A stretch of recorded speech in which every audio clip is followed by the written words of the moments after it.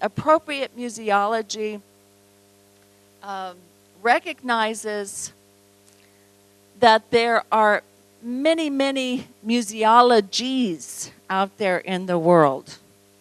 And I say this all the time. People are probably sick of hearing me say it. I don't use the word, you see this in the literature, people talk about it all the time, best practice.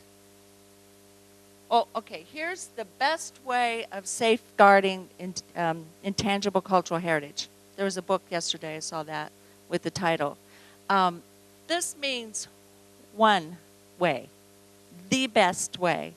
Well, if we have this kind of thinking or approach of appropriate museology, what may be appropriate, the best way in one cultural context, in one country, may not be in another for all kinds of reasons. And generally, it's not. I mean, we can find lots of reasons why it's not. So this methodology is very much about relativism, making museum practices relative to a certain cultural context. But it doesn't mean that we become extreme and say, well, all Western museum professional practices are irrelevant or not useful. That would be ridiculous, because that's not true. Very high technical conservation methods that can be used to save ruins or pieces of art, ancient art that we want to preserve and save. No, it's a matter of combining them. What works from this toolkit and what works from this toolkit? And how can we learn to choose which tools work the best for us in our particular situation? So, some examples.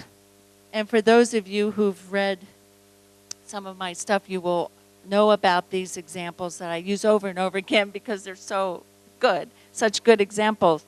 I first learned about indigenous curation when I was doing research back in the early 90s for my dissertation, my PhD.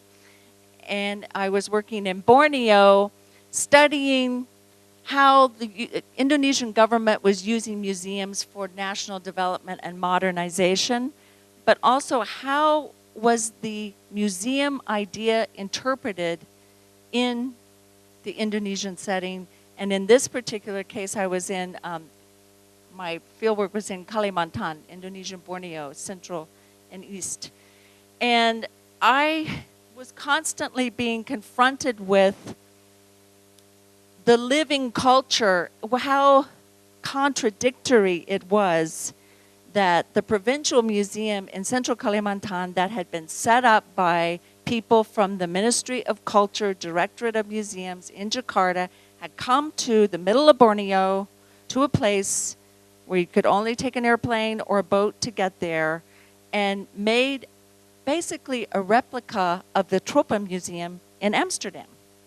And an typical ethnographic museum. Made no sense to the local people. They could not understand why the government spent money to make these dioramas and these exhibits of the culture outside the museum. A riverboat, a house on the river with canoes and fishing nets and spears and baskets. And they're like, why should I go to this building and see my house that I live in? It was this taking something that was Western museum model and thinking it's going to work in that context, but that's where the living culture, it doesn't work so well when the living culture, let me turn that around. In the Western museum context, we have those kinds of displays because the culture is far away. in time and place. But when we're talking about museums, creating those styles of museums in a place where the culture is still being lived, you can't use the same approach.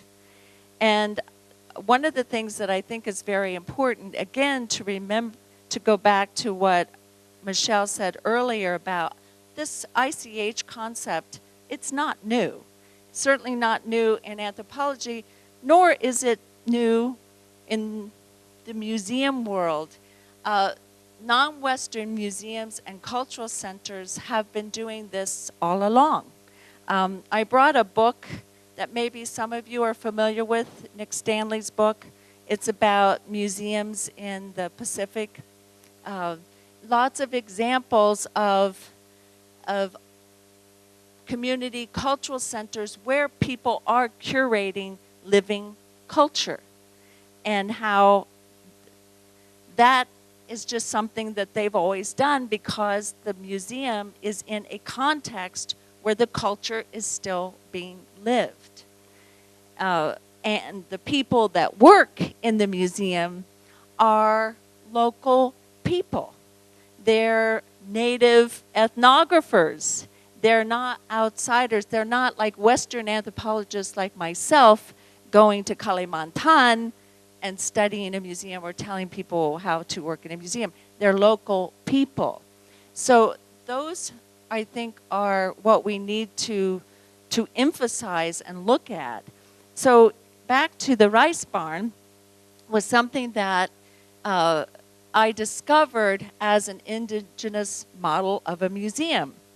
That the rice barn is a place, of course, where people keep their rice, which is their most valuable asset, right? Your food. But they don't only just keep rice in the rice barn, they keep their pusaka, they keep their heirlooms. But up here, where you can't see, are large Chinese jars, which are highly valuable objects in Kalimantan, where people collect them. They're connoisseurs of these jars. They can discern the glazes and the designs and the colors. They're highly revered objects. So they keep them along with other heirlooms in the rice barn. So it's a space that people have designated as a place to keep things that are special.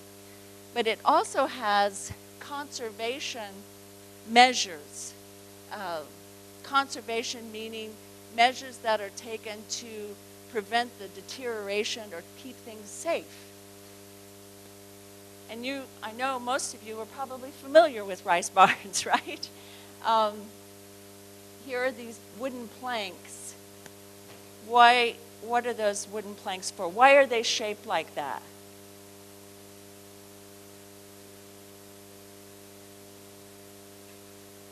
Why are they shaped like that? Surely somebody knows why they're shaped. What? Yeah, to keep the mice and the rodents, to keep them from going into the rice barn and eating the rice and damaging the things in there. In Western museology, we have a whole field called pest management, is to keep the insects and rodents from damaging the collection. Also, the rice barn has a system of climate control. Those of you who work in museums, you know climate control is very important. We can't have too much humidity, too much light. We have to keep a steady temperature so that the collection will not be damaged. Well, there are awnings or vents on the rice barn to raise up to bring in the air so there can be circulation so it doesn't get too hot. There are lots of measures that they use to keep the rice and the objects safe. They also burn peppers because peppers have a property of chemical called capsicum that stops mold and mildew, which is indigenous knowledge, right? That now scientists are using for making paint so that barnacles don't stick to boats. So it's indigenous knowledge of how to take care of things and preserve them.